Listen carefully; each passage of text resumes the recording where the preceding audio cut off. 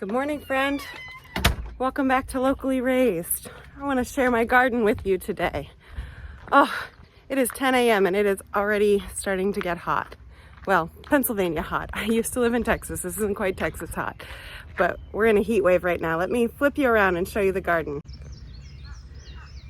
We're in that lovely season when everything is on the verge of being really productive. I know there's harvests coming soon. So if you're new here, my name's Marta. I'm gardening in central Pennsylvania. I'm in zone 6B, and I moved here last summer from Texas with a plan to start to grow and raise more of my family's food. So this is my first full gardening season in this space, and I'm definitely learning, and we're definitely gonna have enough food to see us through some months of the winter, which is really gratifying to me. I'll show you what's happening in each of these raised beds. In the back corner here, I just harvested my garlic. This was my first time growing garlic, and it was really satisfying. It took a long time. You plant it in the fall, harvest in the spring, a long time. I've never waited so long to harvest something. But that little bed, it's 8 feet by 4 feet around the outside, so a little smaller on the inside, gave me 47 big heads of garlic. And I also had lettuce, a row of lettuce planted between each row of garlic, and that kept us in salads for about 2 months. And then there were also a few volunteer potatoes that sprang up in that spot. So it's amazing what can be done with a small space when you have decent soil and good fertilizer. That's a year's supply of garlic for us. I'm happy. Down here are my strawberries. They are done for the season. There might be a few berries left in here. Nope, not really. This is a June-bearing strawberry, so they all became ripe at the same time. I was surprised to discover that a little patch like that is really just enough strawberries for us to eat fresh strawberries for a couple weeks. Thought it might be enough for jam and freezing for the winter, but not for us. We got some strawberries from a local farm for jam, so I'm not sure if I want to plant more strawberries in the future so that I have enough for jam, or if we just are going to buy those locally, because that space could be better used for other things. Over here are my onions. Some of them are looking pretty close to being ready to pull. Down here, that one looks like it's getting close. I had some volunteer potatoes over here that were stunting growth, and I just cut the tops off of all of them. So hopefully those will bounce back. Most of these are a candy onion, but along the front, I also have some red onions. I'm hoping to be able to pickle some red onions and have those on tacos and things throughout the summer. Back behind the onions, I've got my green beans. I'm growing dragon tongue green beans this season. I'm gonna plant some different kinds soon, but I love these for fresh eating. I don't love them for storage. When they froze, they kind of got mushy, or when I froze them, they got mushy, but look at that beautiful bean. We had our first harvest of this 2 days ago. And when I've got my kids eating vegetables and they're happy, that's a win. These are really sweet, and everybody in our family likes them. You can see the bushes are just starting to get loaded. Let me see, where's a good view? There you go. Throughout here, I've got beans in various stages, but there's certainly enough that I should actually probably harvest some today. When we harvested 2 days ago, I was cooking dinner and realized that I just didn't have a veggie on hand. And I tried handing my daughter, my 5-year-old, a bowl and told her and my son to go out and get some green beans for dinner. I've never had them go out and just independently harvest something for us. And they did it. Everything they picked was the right size, and they seemed really pleased with themselves. So that's gonna help make my life a lot easier if I can sometimes send them out to get something for our dinner. I really love how this life of ours is not just feeding us better, but it's providing an education and a world for my kids that they wouldn't have had otherwise. Back behind the green beans, this is my experiment with Ruth Stout style potatoes. So if you're not familiar with this, the Ruth Stout approach to growing potatoes is a no-dig method. So rather than burying the potatoes in the ground, you place them on top of the soil and cover them with hay or straw, and they just grow up through those piles of hay or straw, and the potatoes don't have to be washed. They're not dirty when you harvest them. I say all this and that's what I've read and seen, but I've not done it yet. I tried this because I have clay soil, and so that tight clay soil is a little bit difficult for potatoes. So I wanted to see if this was a way that I could grow potatoes without using up more raised bed space. So I'll give you an up close look here. This hay is piled, I don't know, 6-8 inches high. So it all starts down here, and then I have kept adding to it as the plants have grown. I really don't know what to expect from this bed. I hope I get something good out of this, but we'll see. As an insurance policy, I also planted some potatoes in raised beds, so I could do a side-by-side comparison, and I think between the two, I'll get some potatoes for sure.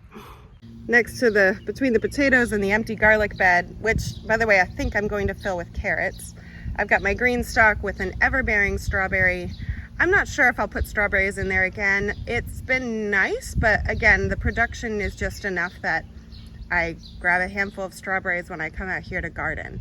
I think maybe I'd rather use that valuable green stalk on something else.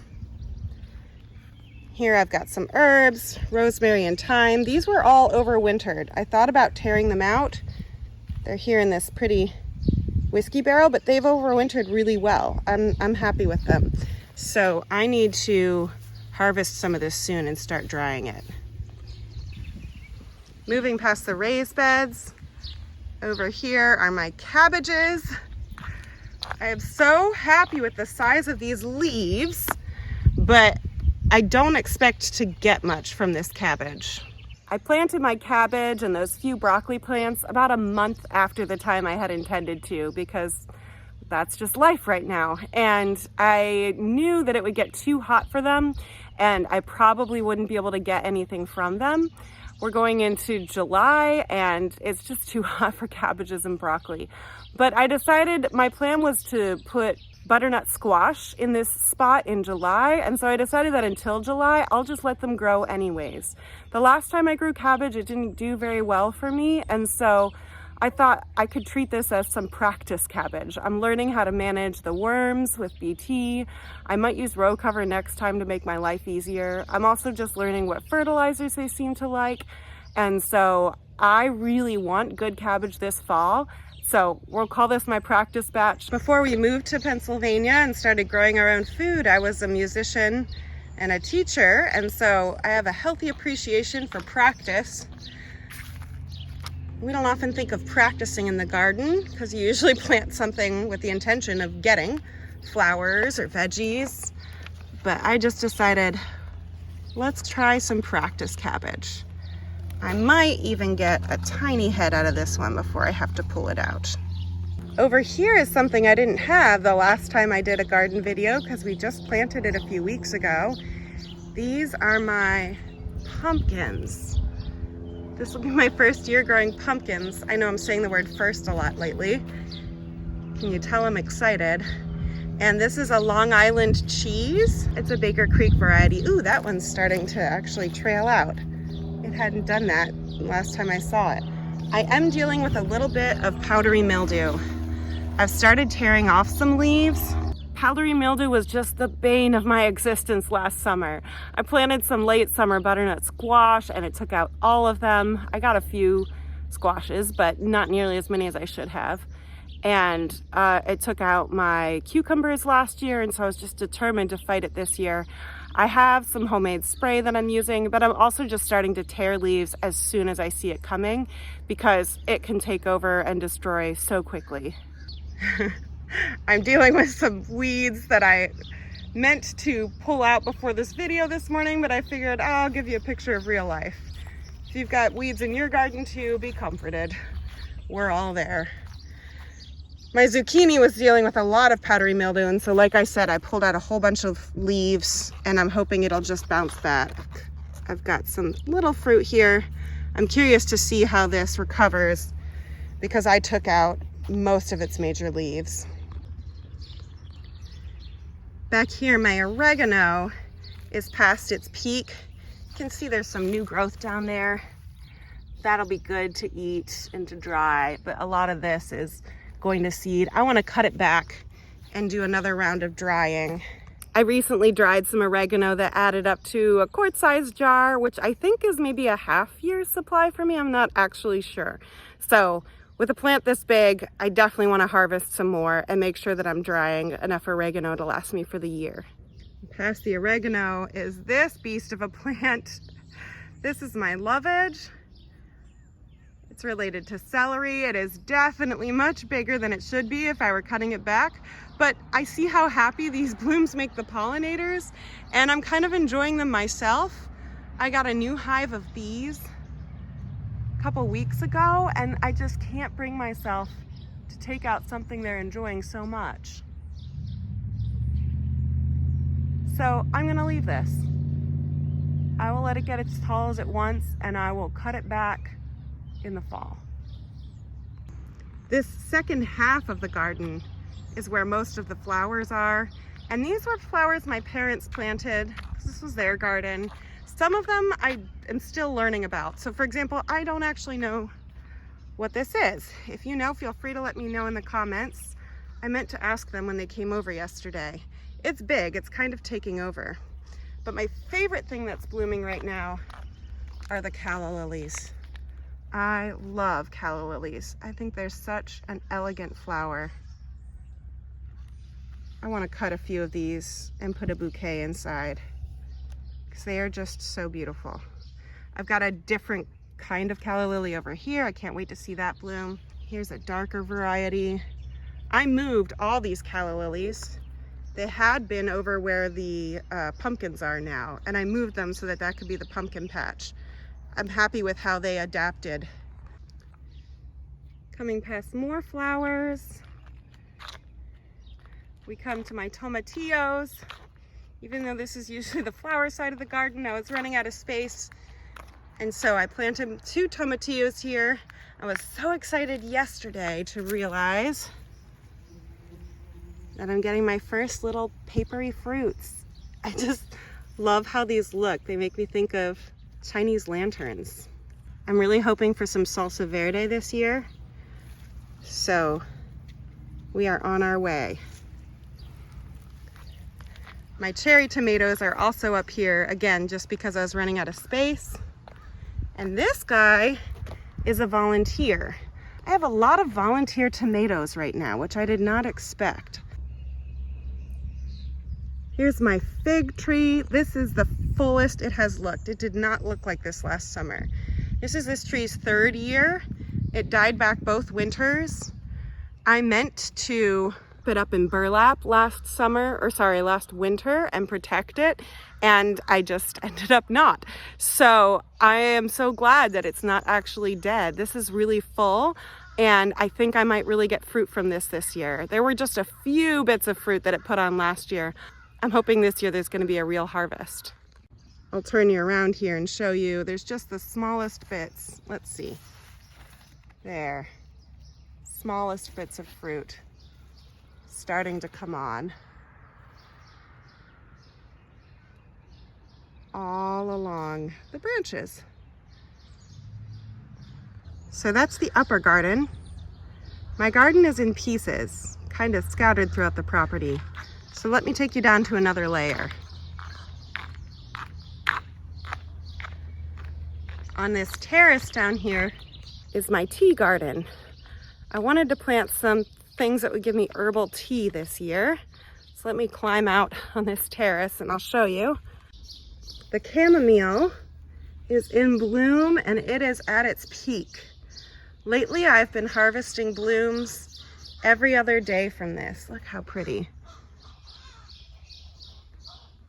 I harvested blooms from this plant, from all these plants, the day before yesterday. So you can see how much they put on a daily basis. So picking blooms is just a matter of pinching right under the bloom. And I've come out here every day and pulled them off. They smell really nice as I do that. So it's kind of been a good daily ritual for me. Chamomile tea is not something that I would say I loved in the past.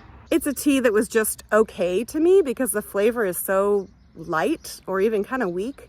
But I can say that having had my first cup of chamomile tea from my own blooms let's see, a few days ago now, it is better than anything I bought at the store. It's a delicate flavor as opposed to a weak flavor. And I did like it more than I expected. So I'm happy that I'm going to be drying some of this. So my German chamomile, I am curious how long it keeps blooming, but I'm sure I'm going to keep harvesting from it for weeks. And then over here, I've got two kinds of lavender. These blooms are also for harvesting and drying. I'm going to enjoy some tea from these as well. I know people often use lavender for its scent and in beauty products because it's so good for skin, but I like the taste of it. So this will make some good tea for me. Very soothing. I'll just put these up here and come back for them later.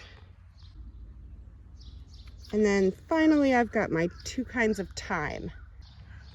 This is silver thyme, and over here is French thyme.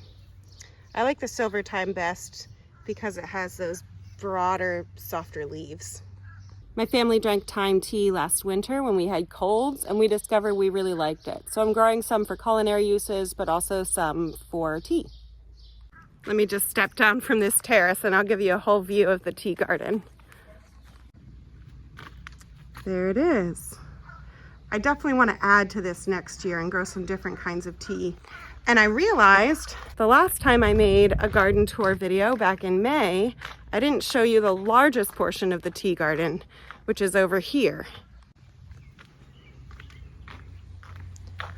All of this is mint. I've got mojito mint. I'll show you up close. This is mojito mint, and then as we get further back, you'll see some fuzzy mint. This is apple mint. I've been picking mint and drying it and storing it in jars so that I can make tea until next year's mint comes in. Mint is something that always comes in large quantities. If you've grown it, you know it takes over. So I definitely want to harvest more and make sure I have a year's supply of mint. My mom also just makes large batches of mint tea concentrate and freezes them. So I might try some of that too, and that way you can make an immediate pot of iced mint tea or a pitcher of iced mint tea for guests and for family. I think that'd be nice for my family. And finally, over here is the last portion of the garden.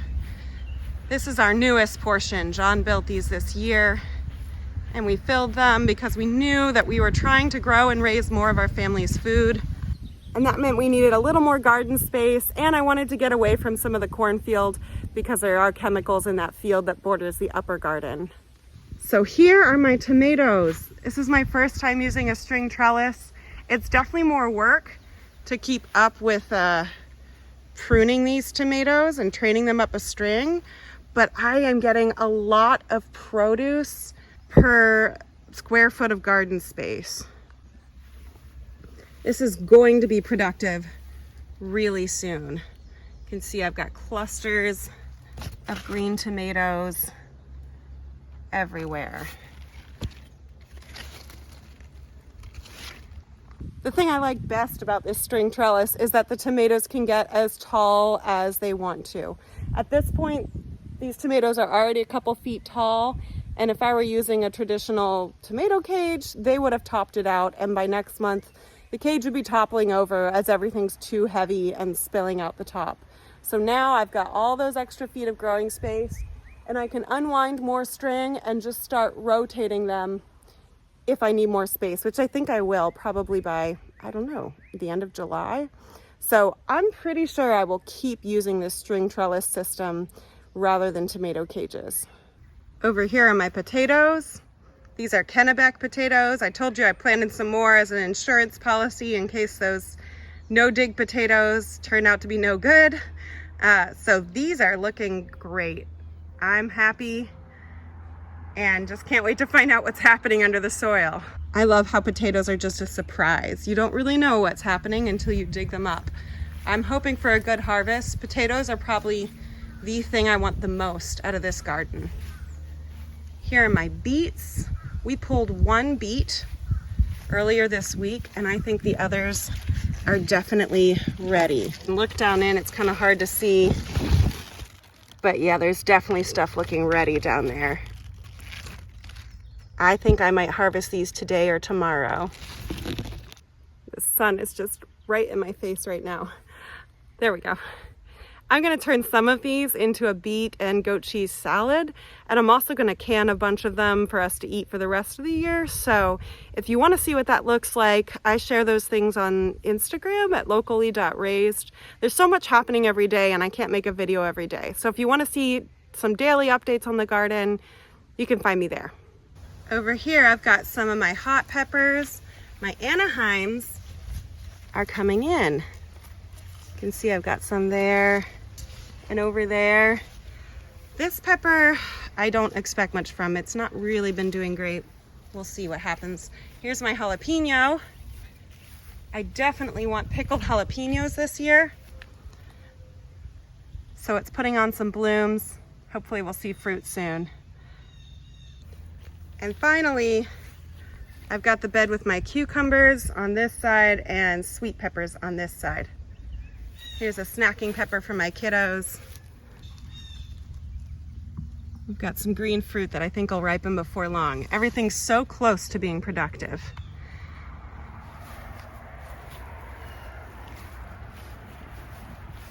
And cucumbers are kind of taking over here. I put 3 plants on this 8-foot panel. I probably should have put 2. These China jade cucumbers have been a fun one to grow. They grow in this sort of long curl. Oh, here's a really curly one. And they've been really sweet and tender. I'll definitely grow them again. Over here are the pickling cucumbers.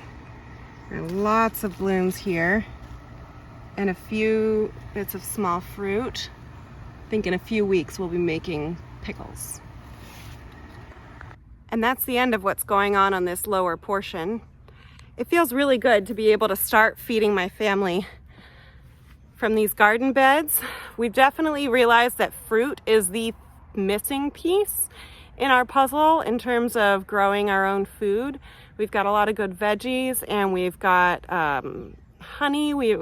Hopefully we'll have honey. We've got bees and we just got started with our chickens. We want fruit. So you can see there's a hill behind me and we're thinking that that might be the spot for a little orchard. And that could fill in one of the gaps in our grow system that we're working on here. I found myself over and over saying that potatoes are the thing I want from this year's garden. So if you're growing right now, I'm curious if you had to choose something, the thing that you want to produce massively this year, what would your thing be? I look forward to seeing you again next week. And until then, bye.